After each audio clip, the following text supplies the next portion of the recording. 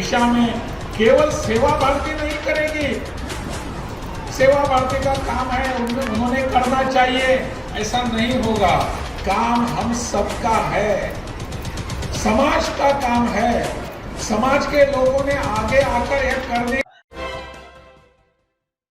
अपने एक दिवसीय गया दौरे के क्रम में बिहार के राज्यपाल डॉक्टर राजेंद्र विश्वनाथ आर्लेकर गया पहुंचे, जहां गया के आजाद पार्क में गया जी सेवा भारती के द्वारा कन्या पूजन कार्यक्रम में शामिल हुए। इस मौके पर पूर्व मुख्यमंत्री जीतन राम मांझी भी शामिल हुए। आजाद पार्क में राज्यपाल और पूर्व मुख्यमंत्री जीतन राम मांझी के द्वारा स्टेज पर 11 कन्याओं का कन्या पूजन किया गया। वहीं कुल आजाद पार्क में 1001 कन्याओं का पूजन भी किया गया। वहीं राज्यपाल आर्लेकर ने कहा कि हमें सौभाग्य मिला है कि मैं गया आकर कन्या पूजन में शामिल हुआ हूं। इसके लिए सेवा भारती को आभार व्यक्त करता हूं।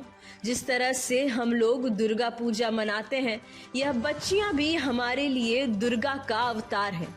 इन्हें महाअष्टमी के दिन कन्या पूजा किया जाता है। दिशा में केवल सेवा भारती नहीं करेगी, सेवा भारती का काम है, उन्होंने करना चाहिए, ऐसा नहीं होगा। काम हम सबका है, समाज का काम है। समाज के लोगों ने आगे आकर यह करने की आवश्यकता है। सेवा भारती के यहाँ हम देखते रहेंगे, नहीं चलेगा। हमारी बच्चियों को सक्षम करना है, उनको सीख देनी है। स्कूलों में पढ़ाई होनी चाहिए। अगर जरूरत है तो उनको हम वहां जाकर ताइक्वांडो में सीखने के लिए भेजेंगे।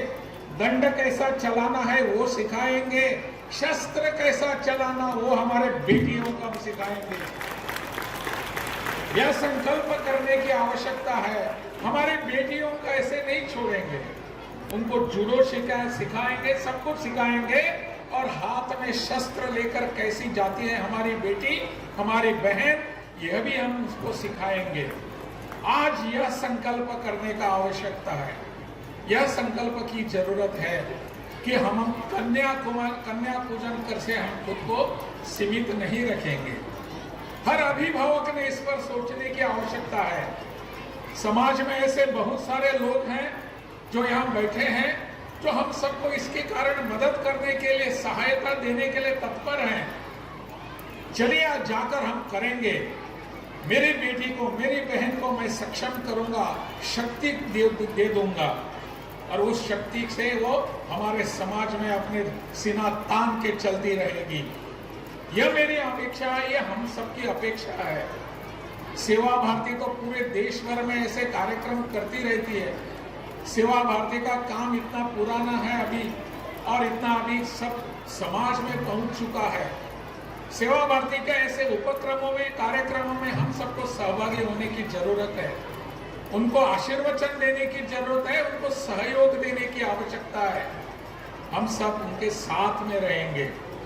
और यहाँ से जाते समय पुनः एक बार संकल्प करके जाएंगे कि हमारे परिवार में हमारी बेटियां जो है, हमारी कन्याएं हैं, उनका केवल पूजन कर कर हम रुकेंगे नहीं। यह संकल्प करने की आवश्यकता है।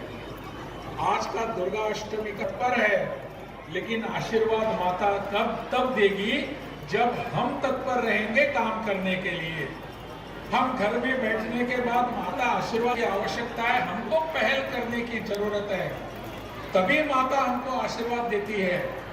इसलिए इसको सोचकर हमारे बेटियों को सक्षम करना, यह जो हमारा काम है, यह संकल्प हम यहाँ से जाएंगे। समाज पूरा हमको सहयोग करने के लिए तैयार है।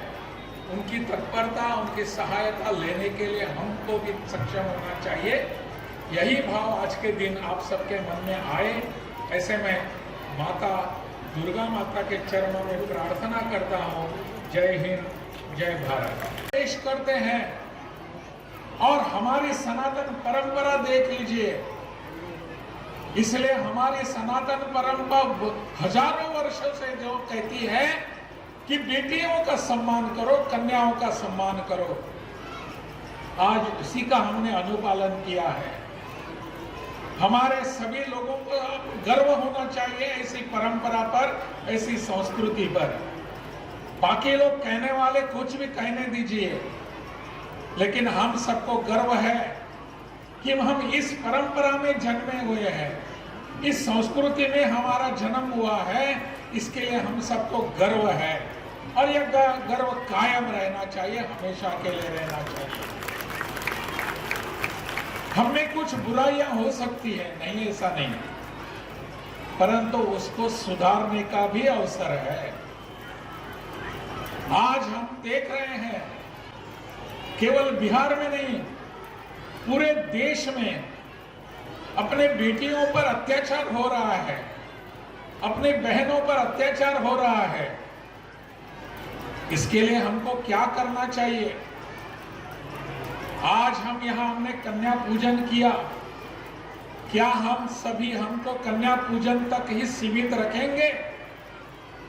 क्या हमारी कन्याओं को, हमारी बेटियों को इन सभी आपदाओं के प्रति सक्षम करेंगे या नहीं?